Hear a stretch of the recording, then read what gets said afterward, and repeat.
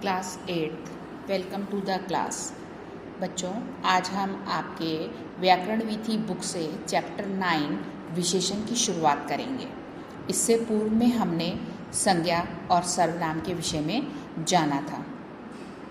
बच्चों, विशेषण जैसा कि इसके नाम से स्पष्ट है, यह शब्द किसी भी संज्ञा अथवा सर्वनाम की विशेषता बताने के लिए प्रयुक्त होता है।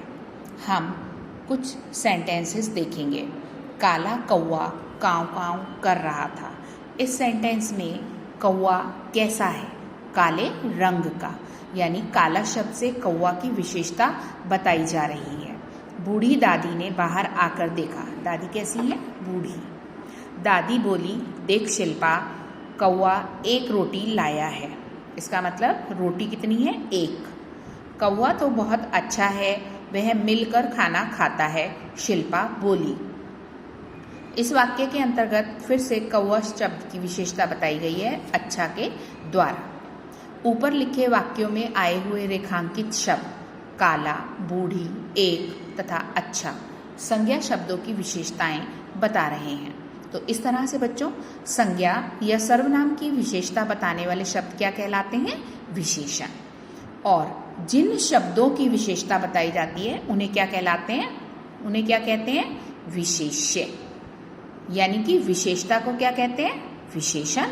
और जिसकी विशेषता बताई जा रही है उसे क्या कहते हैं? उसे कहते हैं विशेष्य। ठीक है, एक और उदाहरण देखते हैं। रमेश आजकल मोटा हो गया है। तो इसमें मोटा शब्द विशेषण है। गंगा का जल निर्मल है। कैसा है? साफ। तो गंगा के जल की क्या विशेषता हुई? उसकी साफ होना या उसकी निर्मलता। बच्चों, कई बार विशेषण शब्दों का जो प्रयोग होता है वो संज्ञा से पहले होता है और कई बार संज्ञा के बाद। ठीक है, जैसे ऊपर हमने पढ़ा था काला कौवा, तो यहाँ पर कौवा शब्द के साथ काला उसके पूर्व में आया है जो कि उसका विशेषण है। और आगे फोर्थ सेंटेंस में कौवा तो बहुत अच्छा है, तो यहाँ पर अच्छा शब्द कौवा से बाद में आया है। इसी तरह से जो अभी हमने पढ़ा है रमेश आजकल मोटा हो गया है, तो इसमें मोटा शब्द बाद में आया है। गंगा का जल निर्मल है, यहाँ विशेषण शब्द का प्रयोग बाद में हुआ है। और विशेषण शब्द किसके लिए प्रयुक्त होते हैं बच्चों? संज्ञा शब्दों के रंग, रूप, आकार, दोष, संख्या और मात्रा संबंधी विशेषताएं बताई जाती हैं। कुछ और उदाहरण देखते हैं इन्हीं सब उदाहरणों को। पहला है कमला सुंदर है। यहाँ किसकी विशेषता बताई जा रही है? रूप की। यह मेज काफ़ी कमज़ोर है।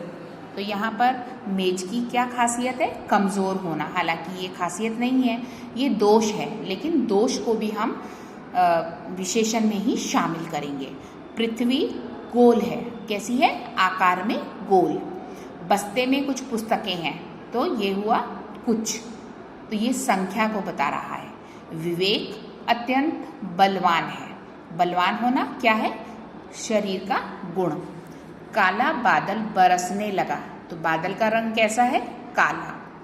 4 लड़कियां खेल रही हैं, तो कितनी लड़कियां खेल रही हैं? ये संख्या को बता रहा है, 4। बोरी में कुछ मन चावल हैं, तो ये चावल की मात्रा के विषय में कुछ मन शब्द के द्वारा बताया जा रहा है। ऊपर लिखे हुए वाक्यों में हम विशेषण और विशेष्य इन दोनों को अलग अलग करके देखेंगे। जैसे सुंदर शब्द कमला विशेष्य के लिए प्रयुक्त है। बलवान शब्द विवेक विशेष्य के लिए प्रयुक्त है। इसी तरह से कमजोर शब्द है विशेषण और मेज है विशेष्य। काला विशेषण है और ये बादल के लिए प्रयुक्त किया गया है। गोल शब्द पृथ्वी के लिए प्रयुक्त है। 4 विशेषण शब्द का प्रयोग लड़कियां विशेष्य के लिए किया गया है। कुछ शब्द विशेषण है जो पुस्तकें विशेष्य के लिए प्रयुक्त है। इसी तरह से कुछ मन, ये विशेषण चावल के लिए प्रयुक्त है। तो बच्चों, ये हमने जाना कि विशेषण किसको कहते हैं और विशेष्य किसको कहते हैं। अब हम बता रहे हैं इसके भेद, विशेषण के भेद।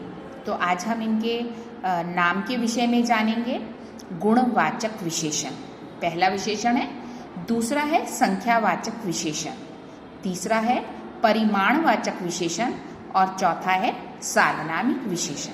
तो हमने विशेषण के 4 भेदों के नाम जाने हैं। ये भेद किस किस तरह से आते हैं और किस किस तरह से इनका वाक्य में प्रयोग किया जाता है, ये हम अगली वीडियो में जानेंगे।